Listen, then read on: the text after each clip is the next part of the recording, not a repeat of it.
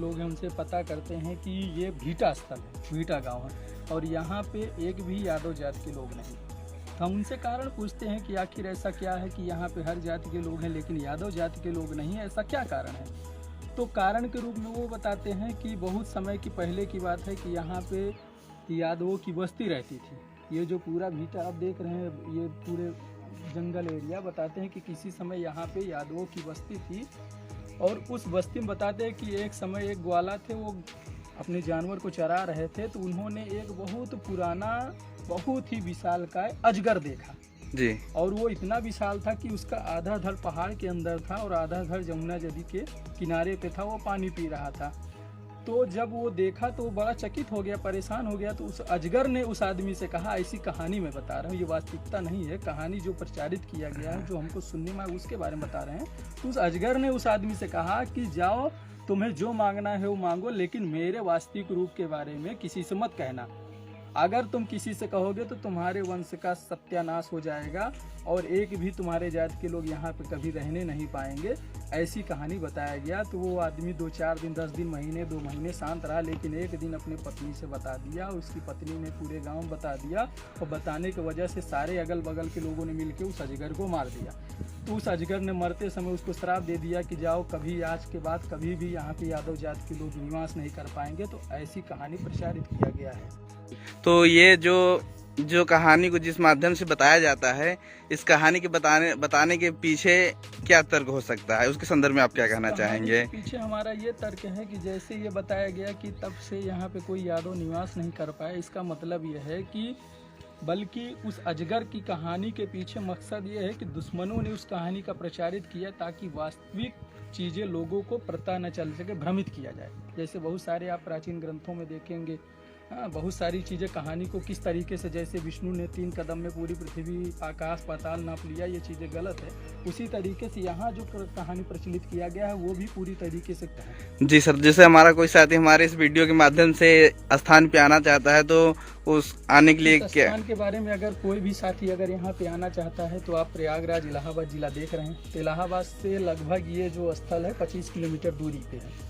तो आपको आने के लिए आप आएंगे, हमारे यहाँ घूरपुर थाना है जी, घूरपुर यानी इलाहाबाद से हाईवे है, वहाँ से लगभग 15 किलोमीटर दूर, 16 किलोमीटर दूर पे इलाहाबाद नया पुल है, वहाँ से आपको घूरपुर के लिए साधन मिल जाता है। फिर वहाँ से ये लगभग 4 किलोमीटर अंदर पे है, वहाँ से भी आने के लिए साधन मिलता है। ये भीटा स्थल है। तो भीटा स्थल ये प्राचीन काल में भी फेमस है, इस क्षेत्र में भी फेमस है। यहाँ पे आप आ सकते हैं और यहाँ के बारे में आप खुद आंखों देखा ये चीज़ें देख सकते हैं।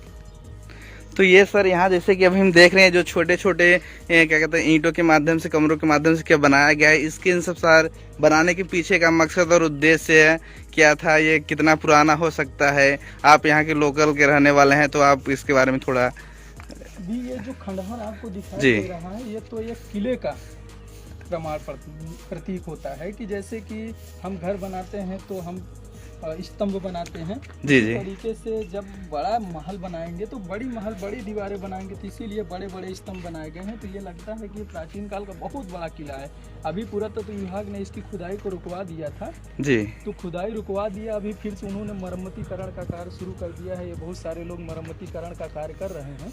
हाँ, ताकि ये जो प्राचीन काल की जो धरोहर है वो धरोहर बची रहे और आने वाले लोगों को जानकारी मिले, इसलिए यहाँ पे पुरातत्व विभाग के माध्यम से यहाँ पे काम जारी है और निरंतर कार्य जारी है। और इसके ये जो खंडहर आपको दिखाई दे रहे हैं ये एक किले का अनुमान है कि यहाँ पे किला रहा होगा, यहाँ पे नगर रहे होंगे, यहाँ पे बस्तियाँ रही होंगी।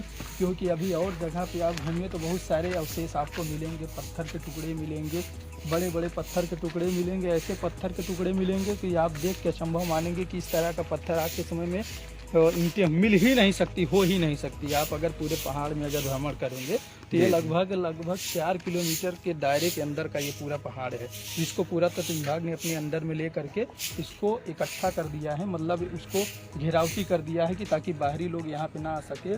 और उसके पीछे पुरातत्व का मकसद ये है कि बाहरी लोग आएंगे तो इसको नष्ट करेंगे तो ताकि ये इतिहास की धरोहर है, ऐतिहासिक धरोहर है, ये बची रहे। इसी उद्देश्य के तहत यहाँ पे काम भी चल रहा है, इसका मरम्मतीकरण का कार्य भी यहाँ पे चालू है। जी, आइए हमारे साथ एक दादाजी हैं, उनसे जानकारी लेते हैं। तो नमस्कार दादाजी। तो दादाजी आप यहाँ काम करवा रहे हैं, तो ये काम किसके माध्यम से हो रहा है? प्रशासनिक विभाग के माध्यम से हो रहा है कि यहाँ के जो प्रधान है और जो क्या कहते हैं लोग हैं? प्रधान से कोई लेना देना नहीं, ये पूरा तत्व से है। प्रशासन जी। तो ये काम कितने दिनों से चालू है? ये तो काम हो गया है, अब जी। सफाई का काम भाई जिसकी ड्यूटी है यहाँ तो काम करेगा ही।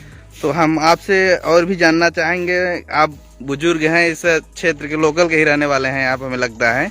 तो हमारी यहाँ पोस्टिंग है। जी जी, अच्छा सर। तो ये कितना पुराना स्थान है?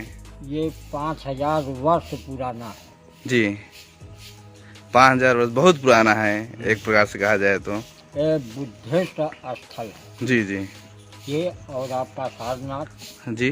यह कौशाम्बी ये पड़ता है इस भाग में, पश्चिम यमुना जी पुष्पार। तो चलिए और आगे चलते हैं और देखते हैं, और हमारा एक साथी काम इधर कर रहे हैं और इधर देखते हैं मकान टाइप के बने हुए हैं। तो सर ये जो इधर अभी नवीनीकरण हो रहा है, इसके संदर्भ में आप क्या कहना चाहेंगे? नवीनीकरण हो रहा है जिससे पूरा तत्व विभाग का मकसद ये है कि इसको बचा के रखा जाए। ये बहुत ही, जैसे कि अभी यहाँ के कर्मचारियों ने बताया कि लगभग 5000 वर्ष पुराना है, ताकि इस धरोहर को बचा के रखे, ताकि आने वाली जनरेशन को पता चल सके कि यहाँ पे प्राचीन चीजें थी। जी जी। अगर इसका मरम्मतीकरण नहीं होगा तो ये विध्वंस हो जाएगा। दुश्मनों ने तो इसका सत्यानाश किया ही, लेकिन अपने समय में जैसे बरसात आएगी और भी तमाम सारी चीज़ें, तो धीरे धीरे ये नष्ट हो जाएगी। तो उस नष्ट हो रही चीज़ों को पुरातत्व विभाग संजो करके रख रहा है।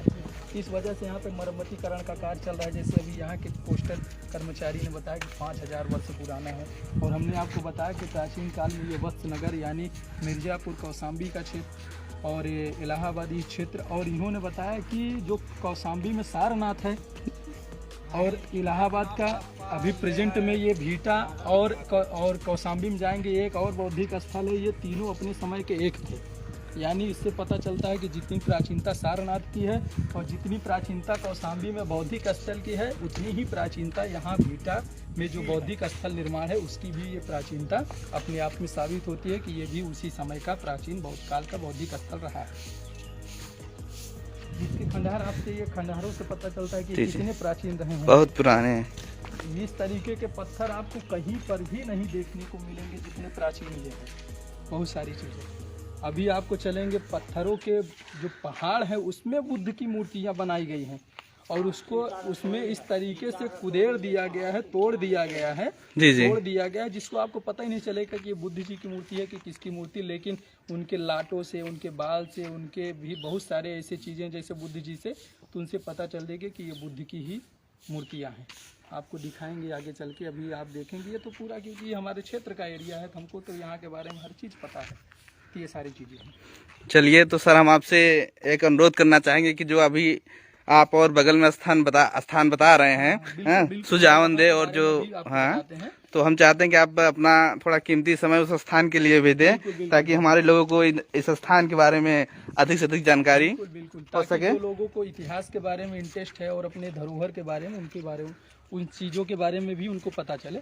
तो चलिए मैं वहाँ के भी बारे में आपको बताता हूँ जो हमें जानकारी है, और उसके बारे में भी लोगों को राजा है शिवराजपुर में, शंकर सिंह भयंकर सिंह का किला। जी जी। तो चलिए साथियों, आइए थोड़ी देर में हम उस स्थान पर पहुंच रहे हैं जो सुजावन देव, और यहाँ से लगभग 500 मीटर की दूरी पर है।